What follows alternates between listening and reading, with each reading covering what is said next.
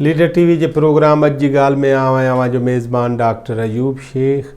अॼु सॼे मुल्क जी सभ खां अहम ऐं वॾी में वॾी ख़बर हीअ आहे त सिंध हाई कोर्ट जी हैदराबाद सर्किट बेंच पंहिंजे 2 सालनि खां दाख़िल कयल दरख़्वास्तुनि ते नेठि अॼु फ़ैसिलो ॾेई छॾियो ऐं सिंध पब्लिक सर्विस कमीशन जे 2 इम्तिहाननि ऐं 1 वाइवासी ऐं एडवर्टीज़मेंट खे मुकमिल तौरु रद्द करे छॾियो, जंहिंजे करे चटाभेटी जे इम्तिहान में वेठल 200 खां मथे उम्मीदवार ऐं 1783 डॉक्टर उन्हनि जो मुस्तक़बिल ट्रियास ते टंगिजी वियो। उहे सभु जो सभु इन फ़ैसिले सां ज़ख़्मी थिया आहिनि। इन फ़ैसिले जा नतीजा कहिड़ा निकिरंदा उन ते त असां पोइ ॻाल्हायूं था, पर असां ज़रूरी सम्झूं था त इन फ़ैसिले खे सम्झण लाइ असां सिंध हाई कोर्ट जे नामियारे वकील ऐं इन सरकार जे सिंध पब्लिक सर्विस कमीशन जे इदारे में थींदड़ इम्तिहाननि जे ख़िलाफ़ ॿाॾाईंदड़ 3 शागिर्दियाणनि जे वकील जनाब सजाद चांडियो असां सां गॾु आहे। सजाद, अस्सलाम वालेकुम। लीडर टीवी खे टाइम ॾियण जी महिरबानी। अॼोको जेको फ़ैसिलो आहे 3 जून ते सिंध हाई कोर्ट जे हैदराबाद सर्किट बेंच जे 2 जजनि जनाब ज़ुल्फ़कार अली ख़ान ऐं जनाब जस्टिस मोहम्मद सलीम जैसर साहब ॾिनो आहे। उन्हनि 2 जस्टिसिस जे इन फ़ैसिले खे अव्हां कीअं था ॾिसो? मां सम्झां थो तमामु बहितर फ़ैसिलो आहे। गुज़िरियल 15 सालनि खां वठी सिंध पब्लिक सर्विस कमीशन जो जेको वहिंवार हलंदो रहियो आहे उन ते सॼी सिंध में दाहूं कूकूं थींदियूं रहियूं ऐं घणे क़दुरु उहा दाह कूक ग़रीब मिस्कीन मज़दूर जो ॿारु हारी जो ॿारु कंदो रहियो आहे। दाहुनि कूकुनि जे बावजूदि ऐं मुख़्तलिफ़ वक़्तनि ते कोर्टुनि जे पारां तंबीह करण जे बावजूदि उहो सिस्टम जेको उन्हनि जो हलंदो रहियो उहो दुरुस्त न थी सघियो। जंहिंखां पोइ हीउ जेको अॼु फ़ैसिलो आयो आहे उन फ़ैसिले में कोर्ट सगोरी न रुगो हिन असां वारे केस ते डिस्कस कयो आहे, पर कोर्ट इहो ज़रूरु हवालो बि ॾिनो आहे। जेको तव्हां ॾिठो हूंदो त 2013 में बि सुप्रीम कोर्ट सो मोटो एक्शन खणी उन फ़ैसिले में तमामु घणियूं वाज़े हिदायतूं ॾिनियूं हुयूं हिन इदारे खे त जेको उते वहिंवार ऐं इम्तिहान जेके चटाभेटी जा थियनि उन्हनि जो तरीक़ेकार कीअं हुजणु खपे उहो उनखे ॾिनो। उनजे बावजूदि तब्दीली कोन थी। उनखां पोइ रिसेंटली हाणे कुझु ॿिया ऑर्डर बि थिया हुआ प्रिंसिपल बेंच में सिंध हाई कोर्ट जी कराची मां, जंहिंमें लेक्चररनि वारे इम्तिहान में बि हुनखे चयो वियो हो त तरीक़ेकार कीअं हुजणु खपे ऐं IBA सखरिया IBA कराची खां स्क्रीनिंग टेस्ट कराइणु घुरिजे। कुझु एक्सपर्ट्स हुजनि जेके सब्जेक्ट्स जा उन्हनि खां जेको आहे सो मदद वरिती वञे, पर उन कोर्टनि जे बार तंबीहनि जे बावजूदि कंहिं बि क़िस्म जी हिन सिस्टम में हिननि दुरुस्तगी कोन आंदी, जंहिंजे करे इहो फ़ैसिलो थियो। ऐं हिन फ़ैसिले में मां तव्हांखे ॿुधाईंदो आहियां, छाकाणि त हिकिड़ो त फ़ैसिलो जेको लिखत में आहे, ॿियो जेको केस जी ॿुधणी थींदी रही आहे उन में कुझु वाक़िया अहिड़ा थिया जेके मां तव्हां सां शेयर कंदुसि। मसलन हिन केस जो मुख्य नुक़्तो जेको असीं खणी आया आहियूं उहो इहो त हिकिड़नि उम्मीदवारनि जिन लिखत वारो इम्तिहान पास कयो उन्हनि खे त तव्हां जेको आहे सो उन्हनि जा नाला रिकमेंड कोन कया, पर जिन उम्मीदवारनि लिखत जे इम्तिहान में जेके फेल थिया उनखे बाद में सॾाए ऐं इन दावा तहत हिननि खां ज़बानी इम्तिहान वरितो वियो आहे, इन्हनि जी मुक़ररी जे लाइ उन्हनि जा नाला रिकमेंड कया विया। जॾहिं कोर्ट सगोरीअ में असां इहा पंहिंजी पिटीशन में गुज़ारिश कई हुई त हिननि खे चयो वञे त इहो जेकॾहिं अहिड़ा इम्तिहान थिया आहिनि त उनजो रिकॉर्ड पेश कनि।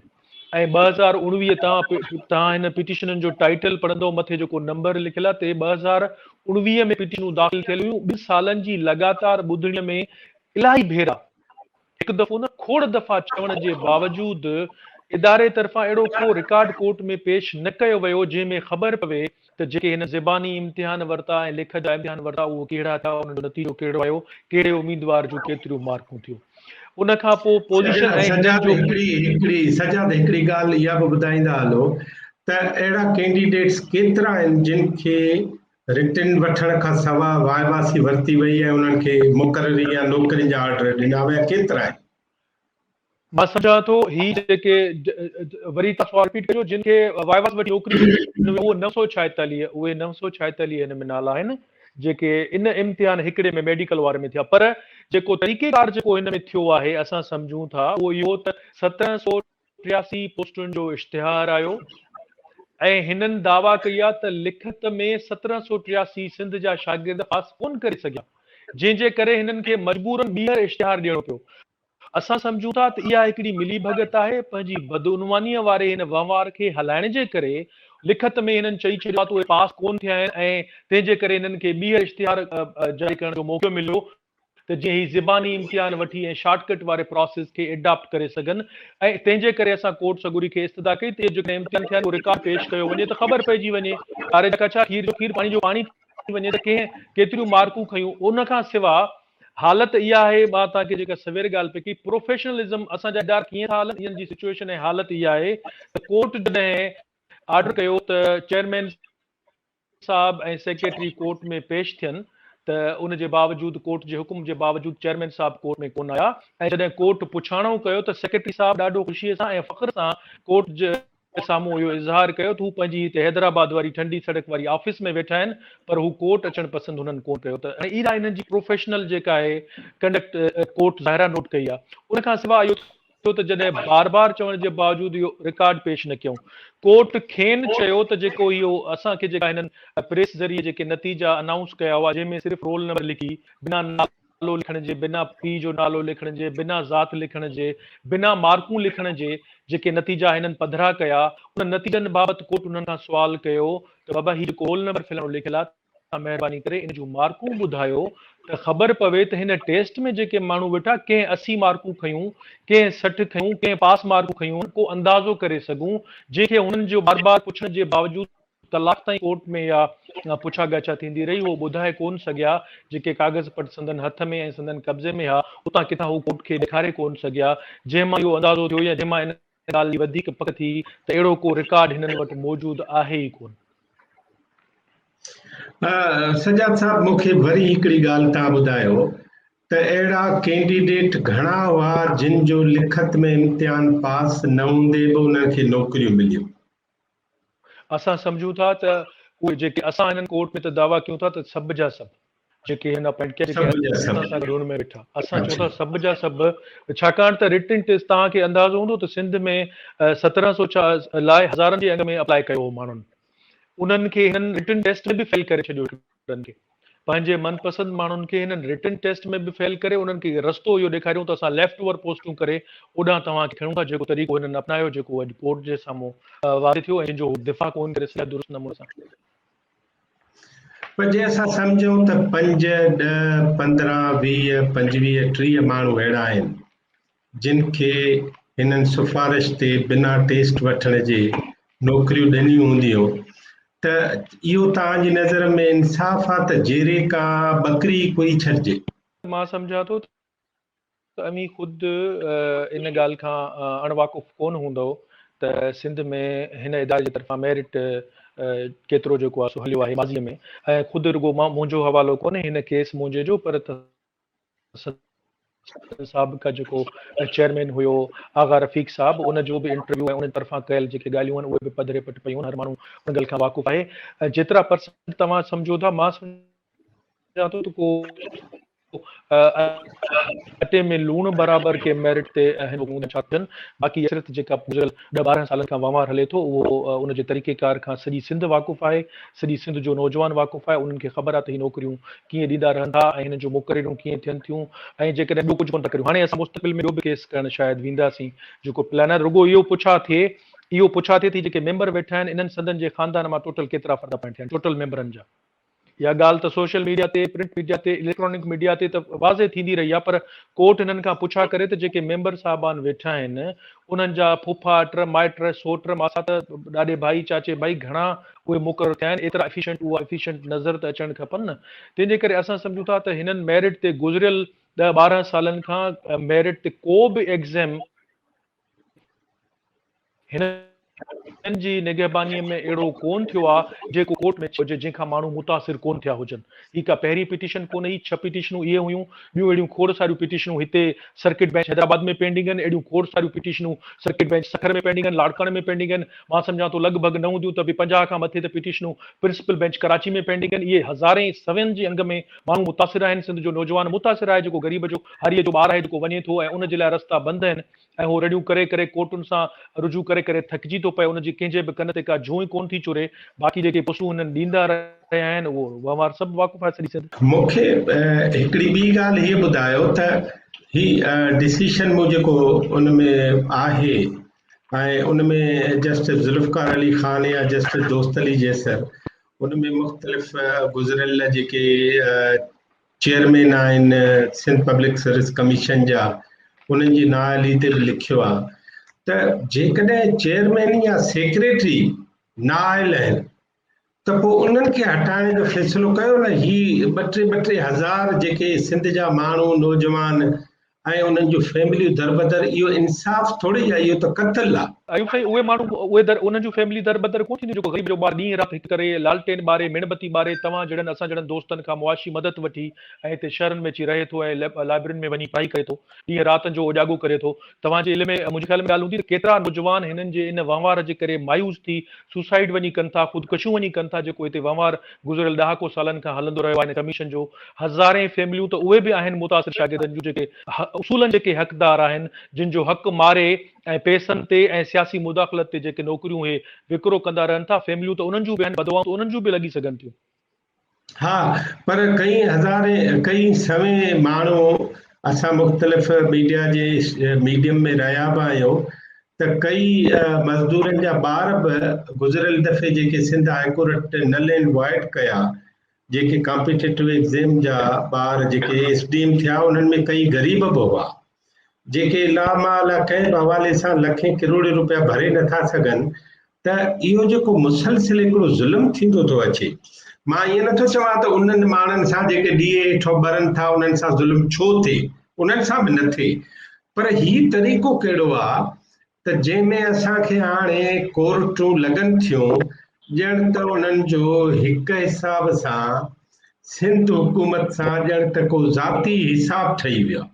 सिंध हुकूमत सां कोर्टुनि जो ज़ाती मां सम्झां थो इहे न हुजणु खपे। मां मां ॾिसां थो पियो जेको वहिंवार हले थो सिंध हुकूमत जे तरफ़ां जेके दोस्त पघारदार चऊं या जेके मुलाज़िम आहिनि सिंध हुकूमतुनि जा, उहे वेठा था कैंपेन सोशल मीडिया ते हलनि, हिनखे तासुब परस्तीअ जो नालो था ॾियनि थी, तासुब परस्ती वारो फ़ैसिलो मां सम्झां थो कोन हलंदो। जेकॾहिं तव्हांजा हिननि जा इदारा हलंदा त कहिड़ो लाचार पियो, उन्हनि खे मौक़ो छो मिलंदो, त कहिड़ो इदारो सिंध जो आहे हिन इदारे खे छॾियूं, कहिड़ो इदारो सिंध जो आहे जेको हिकिड़ो बि को इदारो जेको पाण नालो खणी मिसाल तौरु पेश करे सघूं त हीउ इदारो कानून मूजिबि मेरिट मूजिबि कमु करे थो, हिन इदारे में मुक़रियूं जेकी साफ़ शफ़ाफ़ आहिनि। तव्हां वटि वाटर कमीशन वारो जेको जुड़ियल आहे उनखे बि तासुब परस्ती कराए ॾियूं त जेका वाटर कमीशन रिपोर्ट थो ॾिए त सॼे सिंध में पीअण जो पाणी जेको आहे गटर मिलियल थो अचे, उहा बि तासुब जी रिपोर्ट आहे। असांजा जेके यूनिवर्सिटियुनि जा जेके केस कोर्टुनि में हलनि था पिया, वाइस चांसलर्स अचनि था, उहे स्टे वठी पोइ वेहनि था, उहे चवनि था त असीं किथां नौकरियूं वठी अची वेठा आहियूं पंहिंजो कमायूं, त कहिड़ो इदारो आहे। तंहिंजे करे मां सम्झां थो इनखे तासुब जो रंग न ॾियणु खपे। हिन वटि तमामु बहितरीनु वकील आहिनि, सिंध हुकूमत जो रिकॉर्ड आहे, पंहिंजा जेके वकील हिन वटि सवनि जी अंगनि में हज़ारनि जे अंग में वेठा आहिनि, उन्हनि खे छॾे ई पंहिंजा मनपसंदि जेके वकील, जीअं बहरिया टाउन जे केस में हिननि ॿिन्ही वकीलनि जी खेप अहिड़ी खेप ॾींदा ऐं उन्हनि खे करोड़ रुपया फीस ॾेई न फ़ैसिलो चेंज करे सघनि था। जेकॾहिं कंहिंखे तकलीफ़ थी आहे, जेकॾहिं सिंध हुकूमत सम्झे थी त हीउ फ़ैसिलो तासुब ते मबनी आहे, त उनखे वञी चैलेंज करे। मां सम्झां थो हीउ तारीख़ी फ़ैसिलो आहे। हिन जहिड़ो फ़ैसिलो मूं वेझे माज़ीअ में पंहिंजे कैरियर में तमामु घटि अहिड़ा फ़ैसिला पढ़िया हूंदा जंहिंमें हेॾी वॾी महिनत थियल हूंदी, जंहिंमें बुनियादी उन ॻाल्हियुनि खे डिबेट कयो वियो आहे, उन ॻाल्हियुनि ते डिस्कस कयो वियो आहे थी आख़िर आहे छा, सबबु कहिड़ो आहे जो पब्लिक सर्विस कमीशन जो इदारो जोड़िजे थो, कॾहिं खां जुड़ियो आहे, छो जुड़ियो आहे। जेकॾहिं उनजो मुख्य जेको मेन सबबु आहे त हर माण्हूअ लाइ, हर शहरीअ लाइ हिकिड़ो अहिड़ो इदारो मौजूदु हुजे जिते हू वञे, जिते हू पंहिंजे मेरिट जी आधार ते पंहिंजी क़ाबिलियत जी बुनियाद ते वञी का राइट पंहिंजो हक़ क्लेम करे। जेकॾहिं हुनजी क़ाबिलियत खे उते कोन थो मिले उनजो फ्रूट, त मां सम्झां थो त उहो इदारो कंहिं कम जो बि कोन्हे। तंहिंजे करे जेके बि घुरियल ॿियनि सूबनि जे में हलनि थियूं उहे बि हिते हिन में आणणु खपनि। छाजे लाइ हीउ जेको 89 एक्ट तहत जेको चेयरमैन साहिब थो चवे थो कि इख़्तियार आहे त हीउ हिकिड़ी ओताक लाइण या इदारो आहे त इख़्तियार आहे त मुंहिंजी मर्ज़ी आहे त जंहिंखां ज़बानी इम्तिहान वठूं, जंहिंजी मर्ज़ी हुजे उनखे चवनि त तव्हां लिखत में वञी वियो। अहिड़ा त अजीब क़िस्म जा कानून आहिनि जिन जे आधार ते इदारा हलनि था। मां सम्झां थो ही इंतिहाई ख़ुशआइंदा ॻाल्हि आहे ऐं हिन कोर्ट जे फ़ैसिले ते अमल कराइण लाइ असांखे ज़रूरत पई त असां ईंदड़ वेझे मुस्तक़बिल में वरी कोर्ट सां रुजू कंदासीं त हिन फ़ैसिले ते मुकमल तौर ते अमल दरामद थियणु घुरिजे। जीअं माज़ीअ में सुप्रीम कोर्ट फ़ैसिलो ॾिनो, जेकॾहिं उन ते इम्प्लीमेंट उहो कयो वञे हा त हेतिरी दांह कोन थिए हा। जेकॾहिं उन में जीअं हुननि ॿुधायो आहे त तव्हांखे नतीजा वाज़े करणु खपनि, तव्हांखे नाला ॾियणु खपनि, तव्हांखे रिकॉर्ड सॼो रखणो पवे। जेकॾहिं वाइवा करण महिल पब्लिक सर्विस कमीशन CCTV में रिकॉर्डिंग करे छॾे, को बि उम्मीदवार उन खां तव्हां चार्जिस पंहिंजा वठो, 1000 2000 जी तव्हां रखे छॾियो फीस, को माण्हू जेकॾहिं नतीजे खे चैलेंज थो करे, तव्हां हुननि पैसा वठी हुनखे रिज़ल्ट ॾेखारे छॾियो। जेकॾहिं वहिंवार में शफ़ाफ़ियत अची वञे हा त ही अहिड़ी नौबत न अचे हा, अहिड़ो तव्हांखे असांखे हिन फ़ैसिले ते वेही डिबेट न करणी पवे हा, जेकॾहिं असां इदारा दुरुस्त हलनि। मां सम्झां थो सिंध जे मुस्तक़बिल जे लाइ हिन फ़ैसिले जा तमामु मुस्बत असर पवंदा। हिन फ़ैसिले ते हिन जे रूह मूजिबि अमल दरामद थियणु घुरिजे ऐं जेके घुर्बल कानूनी जेके ज़रूरी तरमीमूं घुर्बल आहिनि हिन एक्ट में, उहे करे ऐं हिन रूल्स खे अफेयर्स खे हलाइणु घुरिजे। मेरिट जी पासदारी थियणु खपे।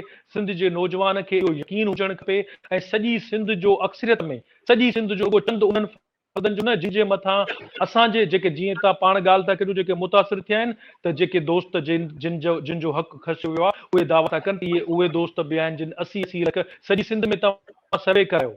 तव्हां न असांजी पिटिशनरनि जी ॻाल्हि बि नथा ॿुधूं, वकीलनि जी बि कोन था ॿुधूं।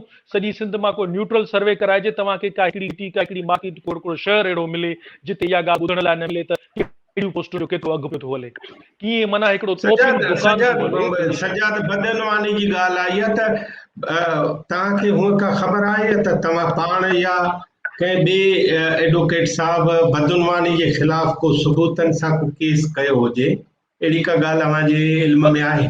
बिल्कुलु मुंहिंजे इल्म में अहिड़ी ॻाल्हि आहे ऐं मां ॾींहं ॿिनि में उहो पब्लिक कंदुसि। ऐं 2003 में हिननि जे ख़िलाफ़ बदनवानी जो केस साबित थियो, जंहिंमें कमीशन जुड़ियो हो, जंहिं कमीशन जी रिपोर्ट रिकॉर्ड ते पई आहे। एंटी करप्शन जा केस बि हिन जे ख़िलाफ़ दाख़िल थिया हुआ, ॿिए बि कार्रवाई थी, उहे केसिस पेंडिंग आहिनि। उहे माण्हू ज़िंदा जावेद हींअर वेठा आहिनि जेके हिननि फेल करे छॾिया। सिंध जो उहो नौजवान जंहिंखे पब्लिक सर्विस कमीशन वारनि पंहिंजी बदनवानीअ जे करे, करप्शन जे करे फेल कयो, उहे वफ़ाक़ी फेडरल पब्लिक सर्विस कमीशन में इम्तिहान पास करे आला उहिदनि ते हिन महिल बि वेठल आहिनि ऐं हुन केस जी बि पोइवारी कनि था। उहे दोस्त बि ईंदा। हिकिड़ी ॻाल्हि इहा। ॿी ॻाल्हि 2013 वारे मामले में जॾहिं सुप्रीम कोर्ट में बि हियरिंग थी, उते बि हिन जी बदनवानी, हिन जूं मुक़ररियूं जेके सियासी बुनियादनि ते साबित थियूं हुयूं, जिन जे करे सुप्रीम कोर्ट केस जी ॿुधणी करण खां पोइ समूरियुनि धुरियुनि जो मौक़िफ़ ॿुधण खां पोइ हिन जा उहे नतीजा बि कलदम करार ॾिना त हीउ पहिरियों केस कोन्हे। हाणे ताज़ो जेको लेक्चरर वारो इम्तिहान थियो आहे, तव्हां हुन खां वाक़ुफ़ु हूंदो। सोशल मीडिया ते छा हिननि एक्सपर्ट्स सां जेको हिननि खे कोर्ट चयो त जेके माहिर आहिनि सब्जेक्ट जा, तव्हां उन्हनि सां रुजू करे उन्हनि खां सवाल जवाब जे सवालनामा ठाहिराइण में मदद वठो। उहा न वरिती वई। पोइ तव्हां ॾिठो त केतिरा सवाल अहिड़ा पुछा विया जेके ग़लति हुया, जिन जो को जवाब कोन थो मिले, ग़लति जवाब लिखिया पिया, जेके दाऊं सॼो ॾींहुं वेठा था शागिर्द कनि। तंहिंजे करे मूं अयूब सां जेको मूं अर्ज़ु कयो न, हिकिड़ो बि इम्तिहान, भला पाण फर्ज़ कयूं त सबूत कोन था पेश करे सघूं, पाण सबूत नथा, हिकिड़ो बि इम्तिहान अहिड़ो आहे जेको चैलेंज न थियो हुजे। वेझे माज़ीअ में हिकिड़ो बि एग्ज़ाम, कहिड़ो बि एग्ज़ाम जेको हुननि कयो हुजे उन जे ख़िलाफ़ दांह न थी हुजे। न, उहो त इन करे बि हिकिड़ी धुर ईअं चई सघे थी त हिन में घणो करे सिंधियुनि जी अक्सरियत आहे ऐं सिंधी मिडिल क्लास सां इहो ॿियाई वारो रवैयो रखियो थो वञे, ईअं बि चई सघिजे थो। न, इहो ॾिसो, असां वटि इहो बदकिस्मत सां पुराणो नारो हले थो पियो। लाहौर ऐं लाड़काने जो फ़र्क़ु रुॻो उन महिल ॾेखारिणो आहे त असांखे छॾे ॾियो। असांखे मसइलनि, असां जमहूरियत जो नालो सिंध में इहो रखूं त समूरनि इदारनि जी तबाही करे छॾियो। अयूब साईं, मूं अर्ज़ु कयो त असां वटि इहो सियासी नारो पुराणो थी चुको आहे। हाणे ही सिंध जो नौजवान इन ॻाल्हि खां मुतासिर कोन थींदो घणो त जेॾी महिल बि तव्हांजी बदनवानीअ, तव्हांजी करप्शन जे मथां का आङुर खणी वञे ऐं तव्हांखे केरु रोके त तव्हां पाणी गटर जो छो था शहरुनि खे पियारियो, तव्हां खां केरु पुछा लाड़काने में ऐं परियां शिकापुर में ॿारड़ो जेको उनखे वैक्सीन छो नथी मुयसरु थिए, त पोइ नालो छो ज़ुल्म थी वियो, सिंध सां ज़ुल्म थी वियो। इहो मां सम्झां थो इहा हाणे ॻाल्हि ख़तम थी वई आहे। इहा पुराणो ॻाल्हि थी आहे त कंहिं हिननि खे रोके। सिंध जो जेको कॉम्पिटेंट नौजवान आहे उनखे को फ़र्क़ु कोन थो पए जेकॾहिं 5 ॾींहं पोइ उन खां इम्तिहान वरितो थो वञे। जेको पहिरियां इम्तिहान पास करे चुको हूंदो मेरिट ते, उहो ॿीहर वेहण खां कोन थी पाईंदो। उहो चए थो 10 दफ़ा तव्हां असां खां इम्तिहान वठो, वेहण लाइ तयार आहियूं। हा, बाक़ी तकलीफ़ ज़रूर उते थींदी जिन खोड़ सारा वहिंवार जेके भरे चुका आहिनि। हाणे इहो मामिलो ज़रूर हिकिड़ो थींदो त उहो पैसो वापसि कीअं मुड़ंदो या उन पैसे खे कीअं जेको आहे सो इस्तेमालु कबो, इहो इशू आहे। मां सम्झां थो इनखे तअसुब जो नालो ऐं सिंध जो नालो इस्तेमालु न थियणु घुरिजे। मुंहिंजा ॿ आख़िरी नंढा सवाल आहिनि।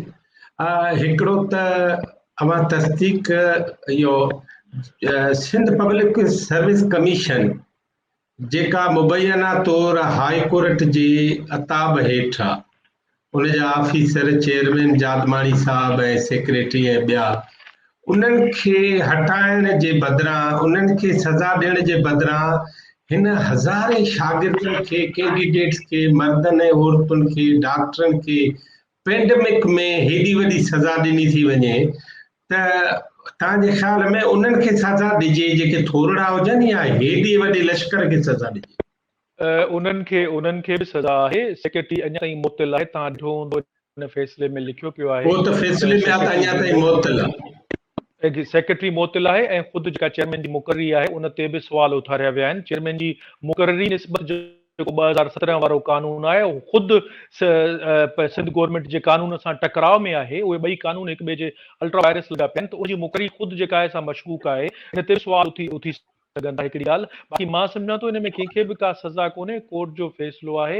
समूरियुनि धुरियुनि खे जेकॾहिं को मेरिट पतांदड़ सम्झे थो, मुतासिर थियो आहे, त उन्हनि जे लाइ नज़रसानी जो दरवाज़ो बि खुलियल आहे ऐं उहो क्लेम बि करे सघे। बाक़ी इहो कतन चवणु दुरुस्त कोन थींदो त पब्लिक सर्विस कमीशन अता वेठा आहे। पंहिंजा प्रकार हुननि जा अहिड़ा आहिनि जेकॾहिं उहो पंहिंजो वहिंवार दुरुस्त हलाइनि, ॿियनि खे कंहिंखे बि संदनि जे मथां आङुर खणण जो मौक़ो मिले। मूंखे आख़िरी सुवाल ही हिकिड़ो उनजी तव्हां तस्दीक ई करे सघो था, छो त कोर्ट रूम में तव्हां मुसलसिल रहिया आहियो।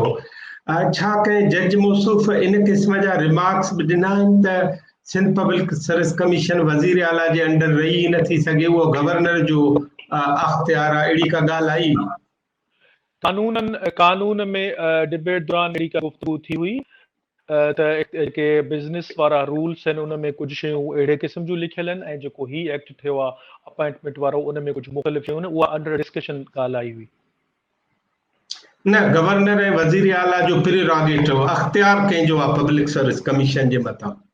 मां सम्झां थो त सूबाई इदारे जो इख्तियार वज़ीर आला सिंध जो आहे ऐं वज़ीर आला सिंध या कैबिनेट हुकूमत जो आहे, उहो जेको बि वहिंवार हुनजो थिए। पर जज साहिबान अहिड़ो को रिमार्क ॾिनो, जज साहिबान अहिड़ा के रिमार्क्स ॾिना त ही गवर्नर जे मातहत हुजणु खपे? न, मां सम्झां थो अहिड़ी का बि ॻाल्हि कान्हे। हुनजो त कानून जेको जॾहिं बिज़नेस रूल्स पढ़ायूं पिए त बिज़नेस रूल्स में जेके शयूं लिखियलूं उते ज़िक्र कयो हिननि जो जेको तव्हां ज़िक्र था कयो ऐं पोइ हुनजो त हिन में हिकिड़ी ॻाल्हि लिखी पिया, हिते ॿी ॻाल्हि लिखी पिया, त उन्हनि जो इहो चवणो त हिते दुरुस्तगी करणु घुरिजे हा। बिज़नेस रूल्स में इहो लफ़्ज़ तब्दील थिए हा, गवर्नर जी जाइ ते सूबाई कैबिनेट अचणु खपे। अच्छा, सॼा तव्हांजी वॾी महिरबानी ऐं असां उमेद था कयूं त लीडर टीवी खे अवां टाइम ॾींदा रहंदा। लख थोरा।